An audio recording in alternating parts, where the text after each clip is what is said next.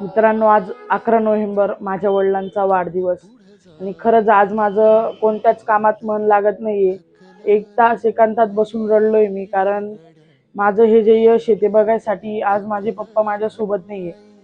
आणि खरंच जर तुमचे वडील, तुमचे पप्पा तुमच्या सोबत असतील ना, तर तुम्ही खूप नशीबवान आहात मित्रांनो, कारण तुमच्या सोबत देव आहे.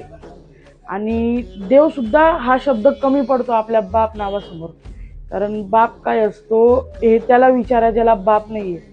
कारण ज्या जबाबदाऱ्या येतात, आणि आता समजा तुम्ही एकाच्या ठिकाणी नोकरीला लागलेले, तुम्हाला 10,000 12,000 रुपये पगार आहे. तुम्ही त्याचा स्वतःचा खर्च नाही काढू शकत. तुम्ही विचार करा, तुमच्या बापाने 10,000 रुपयाच्या नोकरीवर तुमचं पूर्ण घर चालवलेलं आहे. त्याने स्वतःला काही घेतलं नाही, पण तुमच्या हाऊस, तुमच्या गरजा सगळं पूर्ण केलेलं आहे. आणि काही मुलं जे वाईट लाईनीला जातात ते आपल्या वडिलांचा विश्वासघात करतात, कारण त्यांना खूप अपेक्षा आहे तुमच्याकडून की माझ्या मुलाने असं करावं.